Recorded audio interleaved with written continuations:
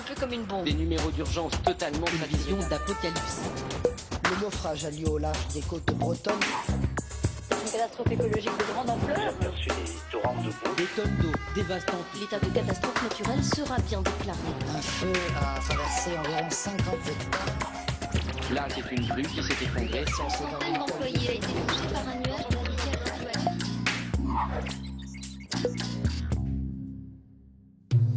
Il y avait un enchevêtrement de tout. Il y avait des voitures, des hangars en ferraille roulés en boule. Mais des monceaux de ferraille. Il y avait même un camion qui était appuyé debout, appuyé contre un platane, à ce niveau-là à peu près. Voilà la marque du niveau de l'eau le 2 décembre 1959. 423 morts et disparus. C'est la plus grande catastrophe civile du XXe siècle sur le territoire français. L'impensable s'est produit le 2 décembre 1959, quand le barrage de Malpasset a cédé sous la pression des eaux. Une catastrophe majeure, mais un peu oubliée. Peut-être parce que dans le fond, les 300 grands barrages français nous font toujours un peu peur. De ce qui s'est passé ce jour-là, on a tiré des enseignements. Mais si une rupture de barrage semble très improbable aujourd'hui, le risque ne sera jamais nul. Et Malpasset reste bien présent dans l'inconscient collectif des constructeurs et des pouvoirs publics.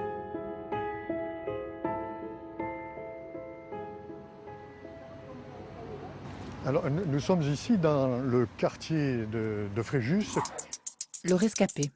qui a été le plus touché par la catastrophe de Malpasset. Et au cinquantenaire, c'est ce mémorial qui a été édifié. Vous avez des petits pupitres tout le long du chemin avec le nom de toutes les victimes de la catastrophe. Sur celle-ci, voilà mon père, ma sœur et ma mère. Et nous habitions juste en face.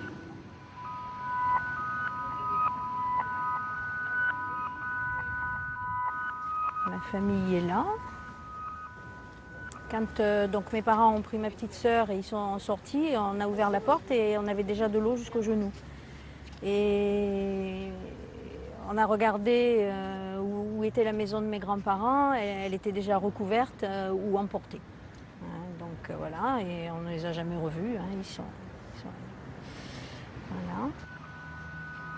Parce que moi, je me suis retrouvé plus sans famille, sans rien. Je connaissais que ma petite amie. Donc après la catastrophe, on s'est mariés donc en 1961 parce que j'avais plus de famille et j'ai pu retrouver une nouvelle famille et fonder une nouvelle famille. Alors attendez, je vais vous montrer le quartier tel qu'il était avant. Bon, attendez, c'est pas celle-là, voilà. Voilà le quartier. J'habitais cette maison-là. Voilà. Et voilà le lendemain de la catastrophe. À la rupture du barrage, la vague s'engouffre dans une vallée encaissée. En une minute, l'eau atteint le chantier du pont de l'autoroute A8, 1 km plus bas. Puis elle entre dans la vallée du Réran, détruisant 330 exploitations agricoles et 2500 hectares de vergers et de vignes. 30 minutes après la rupture, la vague atteint Fréjus, rasant le quartier des Arènes, situé en contrebas de la vieille ville qui, elle, sera épargnée par l'eau. La vague meurtrière termine alors sa course dans la Méditerranée.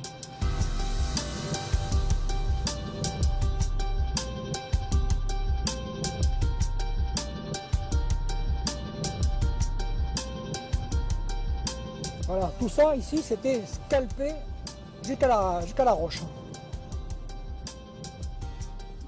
Le journaliste de Nice Matin.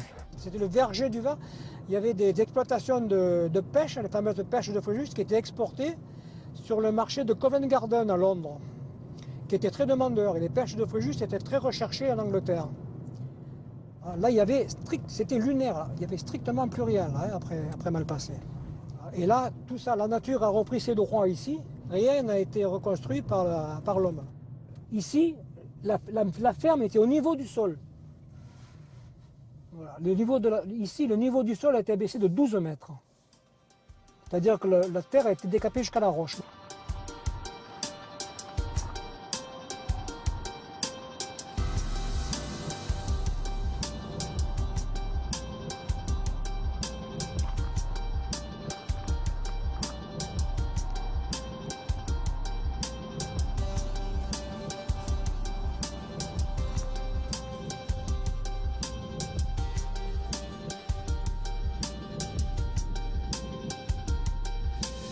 C'est devenu une curiosité touristique, c'est-à-dire que les gens viennent voir le barrage inutile. Il faut remettre l'histoire du barrage de Malplacé dans le contexte de l'époque. En 1945, la région de Fréjus et le littoral varois en général, qui a beaucoup souffert des bombardements du débarquement, est en pleine restructuration. L'agriculture repart. C'est un secteur économique prépondérant dans la région, avec l'exploitation des pêches, de la vigne, de l'horticulture, du maraîchage. Mais ce renouveau agricole se heurte à un problème récurrent, c'est le manque d'eau, d'irrigation. Dans le même temps, l'urbanisme se développe sur les communes du littoral et de Saint-Tropez à Saint-Raphaël, on souhaite commencer à mettre en avant un tourisme de masse avec la construction de beaucoup de résidences secondaires sur le bord de mer. Mais pour cela, il faut de l'eau. Et le barrage devait répondre à cette demande. Et on devine encore dans la végétation, vous voyez, la ligne, le niveau maximum de l'eau. On voit encore la différence de végétation entre ce qui était sous l'eau et la partie de la colline qui était hors d'eau.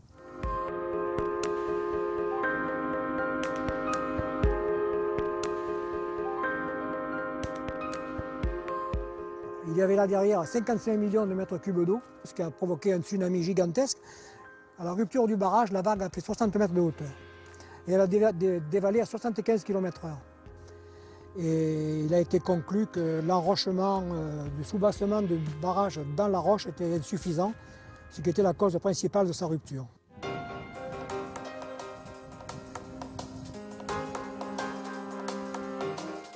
Le bureau d'études qui avait conçu le barrage existe toujours. Ses locaux sont situés à Gennevilliers, en région parisienne. Alain Carrère a rejoint la société en 1974, 15 ans après la catastrophe. Voilà la première pièce du dossier de Malplacé qui date de septembre 1950. C'est une demande d'étudier la possibilité et le coût de ce que pourrait être un barrage au-dessus de Fréjus pour l'alimentation en eau de la région. L'ingénieur. Et on va prendre ça si vous voulez bien. Après le drame, tous les regards se sont tournés vers les concepteurs du barrage.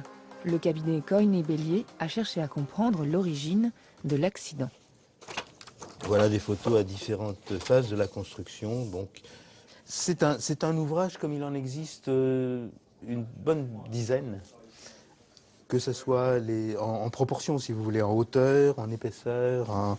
C'est un barrage qui était relativement courant pour l'époque. Tignes venait d'être terminé, le plus grand barrage de France encore à l'heure actuelle. D'autres étaient en construction. Voilà, alors celle-là, ça c'est une photo de la fin de construction. Elle est intéressante parce que c'est là-dedans que ça va se passer. Assez vite, on a compris comment l'accident s'était passé. On a compris que ce n'était pas le barrage lui-même qui avait lâché, que c'était la rive gauche, la pure rive gauche, rocheux, qui avait lâché en premier et qui évidemment avait occasionné ensuite la rupture du barrage proprement dit. Le principe du barrage voûte, c'est que la poussée de l'eau, la pression de l'eau, qui s'applique de l'amont vers l'aval, est transférée latéralement vers les deux appuis, un peu comme un pont, et que pour que tout ça résiste, il faut bien entendu que le barrage soit assez résistant, soit capable de résister à cette poussée, mais aussi les deux appuis rocheux. En ce qui concerne l'accident, eh bien, c'est l'appui rive gauche qui a lâché. Assez vite, on a su que l'eau en pression à l'intérieur de l'appui avait joué le rôle néfaste. On sait qu'il y a toujours de l'eau dans un massif rocheux. En quelque sorte, il se construit ou il se forme à l'intérieur du massif rocheux comme un barrage naturel qui est dans le prolongement de la voûte. Ce barrage naturel, lorsqu'il est mal orienté, subit une force qui peut déstabiliser tout ce qui est à l'aval. C'est ce qui s'est passé dans la rive gauche de Malpasset.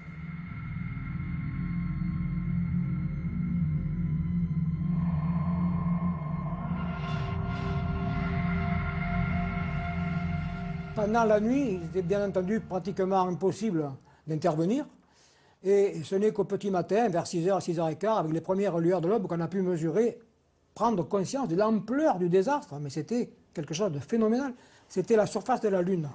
Il n'y avait strictement plus rien debout, hormis une maison ouverte en deux et le moulin brûlé, face à la vague, était le seul édifice qui avait résisté face à l'avalanche du torrent. C'était l'apocalypse. La population était sous le choc, hébétée, démunie de tout, aucun moyen de contact. Et pendant 24 heures, ça a été l'hébétude la plus complète. La municipalité, bien entendu, avait des moyens dérisoires, elle aussi bien insuffisants par rapport à l'ampleur de la catastrophe. Il a fallu attendre la fin de la matinée pour qu'arrivent les premiers éléments militaires.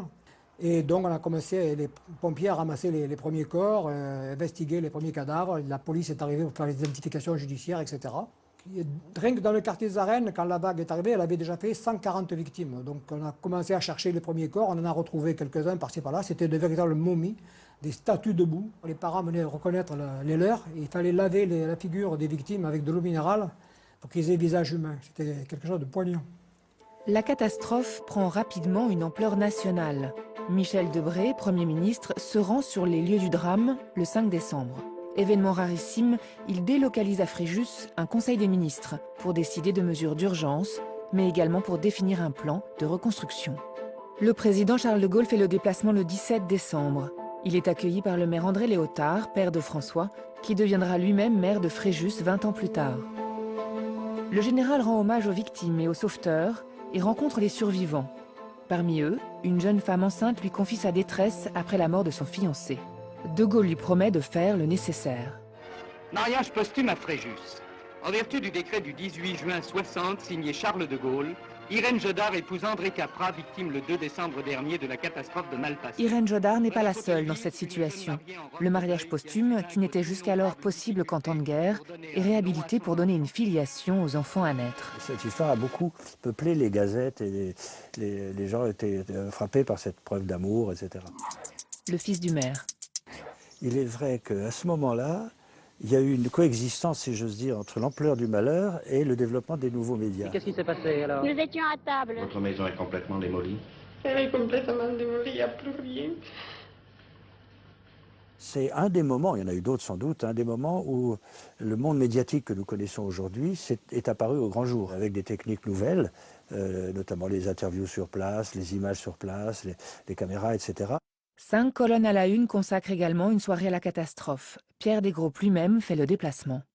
Quel âge avez-vous exactement, monsieur Méraud? J'ai 26 ans.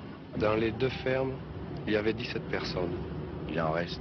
Il en reste 2. C'était vraiment le début d'une médiatisation des catastrophes, si j'ose dire, très très forte. Édition spéciale, journaliste à l'image, interview sur les lieux du drame, des techniques nouvelles mais pas encore très maîtrisées, et dont on ne mesure pas à l'époque l'impact et les conséquences. Toi, Daniel, de ta petite camarade, il ne te reste plus que quelques photos. Oui. Elle habitait où? Là-haut. Là? Là-bas? Oui. Et sa maman? Elle est morte. Et son papa? Il est fou. Il y a eu des moments de courage, de bravoure, enfin, il y a eu toutes sortes de choses qui ont créé l'espèce de légende et du malheur et de la solidarité. Et ça, légende, c'est pas une légende, c'est de la vérité.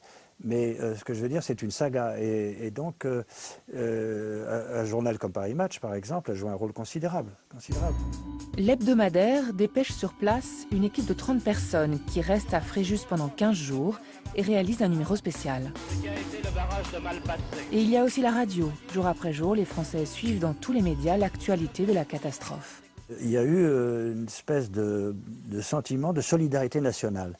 Probablement le pays, dans ce genre de moment, s'est senti concerné pas simplement une petite ville dans le midi de la France, on ne sait pas vraiment où elle est et les gens souffrent, mais il y a eu un élan national que les médias ont amplifié et accompagné. Monsieur le maire, je voudrais que vous nous disiez maintenant ce dont vous avez besoin, parce que vous avez vraiment près de 5 millions, 6 millions de Français peut-être qui vous écoutent, qui vous regardent en ce moment, et vous pouvez leur parler, vous pouvez leur dire exactement ce que Fréjus peut réclamer. Nous avons d'abord besoin d'argent, et avant tout parce que le nombre d'infortunes secourues est très grand et qu'il y a des misères qui ne peuvent pas attendre. L'appel d'André Léotard est entendu.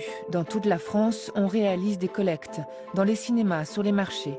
La Poste émet un timbre avec une surtaxe au profit des sinistrés et de grands artistes mettent leurs œuvres aux enchères.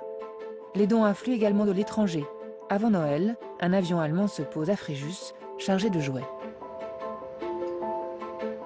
Grâce à la solidarité nationale, Fréjus pourra renaître, comme l'avait appelé de ses voeux le général de Gaulle. Les biens détruits seront largement indemnisés, les terres agricoles reconstituées et les orphelins de la catastrophe seront pris en charge jusqu'à leur majorité. Mais ces dons n'occultent pas la question des responsabilités. Après la catastrophe, vient le temps de l'enquête. Formée d'ingénieurs et de techniciens, la commission d'enquête visite les lieux et devra, entre bien des hypothèses, décider des raisons de la tragédie et désigner les responsables. L'enquête est rendue difficile par la multiplicité des facteurs qui semblent avoir déclenché la rupture.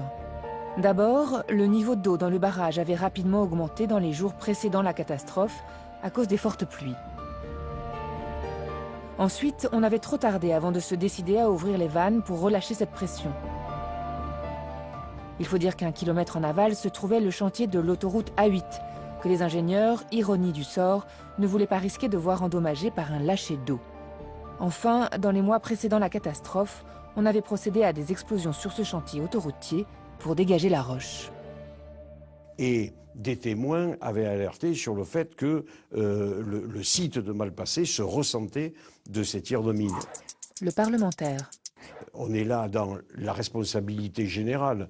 Aujourd'hui, il y aurait des équipes responsables de l'aménagement du site qui veilleraient à ce qu'il n'y ait pas interpénétration entre deux périls. La mise à eau d'un barrage avec, en un peu plus d'un jour, 4 mètres de hauteur d'eau gagnée, c'est-à-dire une pression formidable, et pendant le même temps, on laissait des tirs de mine qui ébranlaient la roche. Épilogue judiciaire pour l'affaire du barrage de Malpasset. Le tribunal correctionnel de Draguignan a relaxé Jacques Darjoux. Il aura donc fallu 4 ans, la constitution d'un des dossiers les plus volumineux qu'ait jamais connu un tribunal. Tout cela pour conclure que personne n'est responsable, sinon la nature.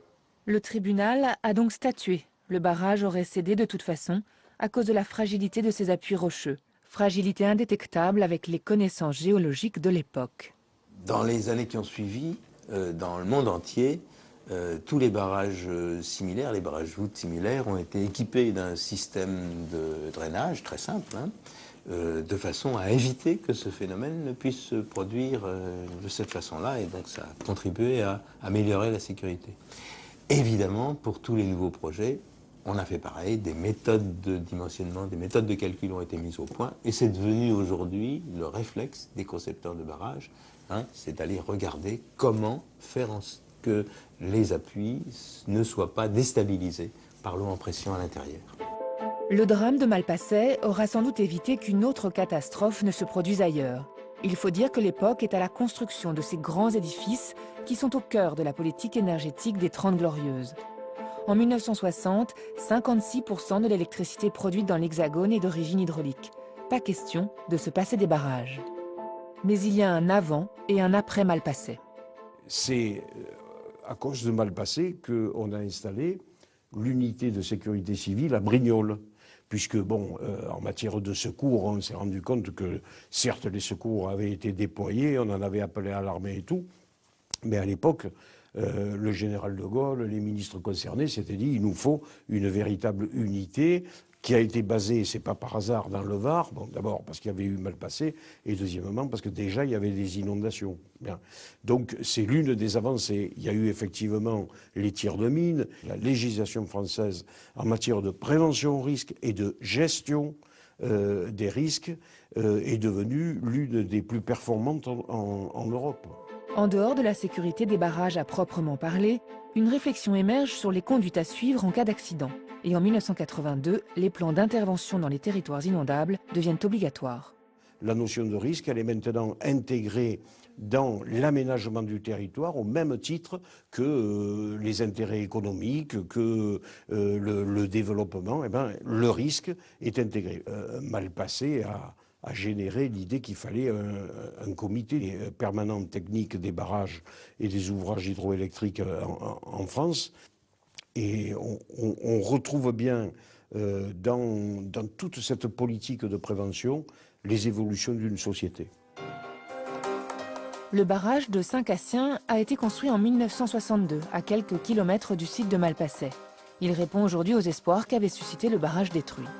Le barrage EDF de Saint-Cassien, c'est un barrage qui est un barrage résolument multi-usage qui sert à la fois à produire de l'électricité. EDF.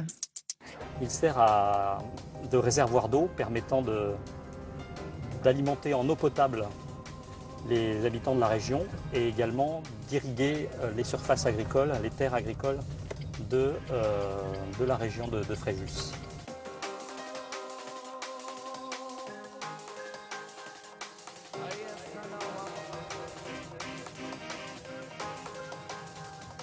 Donc là, nous nous trouvons sur le barrage proprement dit, donc barrage poids, donc structure très imposante, très sûre. Vous voyez ici une petite cocarde qui sert de cible. À l'aide de ce dispositif de mesure, des experts, des géomètres, des topographes s'assurent que le barrage ne bouge pas. La toute première réglementation française sur les grands barrages, elle est directement issue du retour d'expérience de l'épisode de Malpasset. Dans les régions, les DREAL, les directions régionales de l'équipement, de l'aménagement, du logement, qui sont des services rattachés au préfet, vont exercer un contrôle en complément de celui assuré par EDF de ces ouvrages, les visiter régulièrement, analyser les données qui sont transmises par EDF.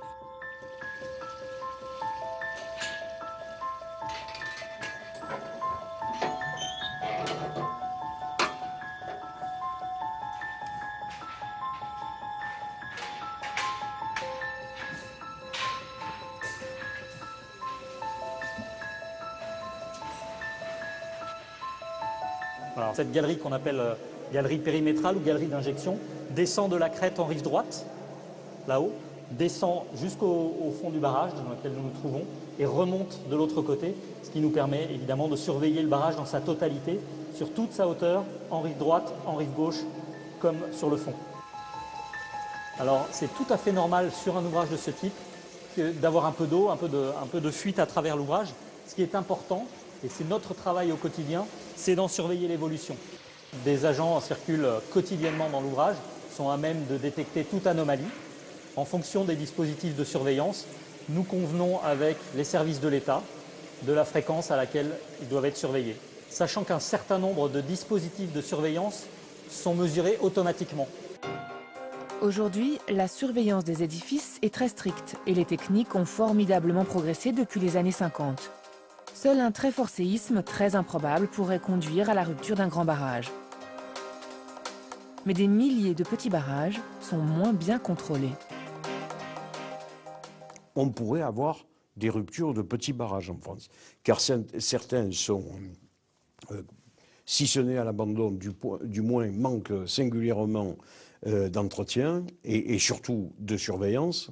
Et ça pourrait poser un problème, alors certes pas de l'ampleur de Malpasset, fort heureusement, parce qu'il s'agit de petits barrages, mais sous ces petits barrages, on a souvent laissé se réaliser des constructions, des lotissements, des implantations de camping, et là je me dis que ça peut poser un problème. La catastrophe de Malpasset aura marqué cette époque de construction effrénée de grands barrages. Aujourd'hui, la plupart des sites français où il est possible de construire une retenue d'eau sont exploités. Et ils produisent toujours 10% de l'électricité made in France. Tignes, Montcenis dans les Alpes, Cap-de-Long ou Auredon dans les Pyrénées, les 300 grands ouvrages sur le territoire sont les témoins d'un âge d'or, avant l'arrivée du nucléaire. À l'échelle mondiale, seuls 20% des sites possibles sont valorisés. Le potentiel en énergie hydraulique est énorme. De grands pays comme la Chine, le Canada, le Brésil construisent des grands barrages et vont continuer de le faire. Il ne peut pas y avoir aujourd'hui de gestionnaire d'un barrage qui ne n'envisage sa responsabilité sous un jour particulier, qui est le jour de Malpassé, comme l'exemple de la vigilance nécessaire, absolue et j'allais dire éternelle, que toute responsable d'une structure aussi fondamentale et aussi éventuellement dangereuse qu'un barrage doit conserver au fond de sa propre conscience.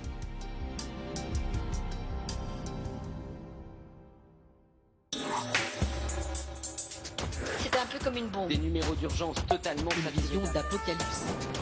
Le naufrage a lieu au large des côtes bretonnes. Une catastrophe écologique de grande ampleur. Des tonnes d'eau dévastantes. L'état de catastrophe naturelle sera bien déclaré. Un feu a traversé environ 50 hectares.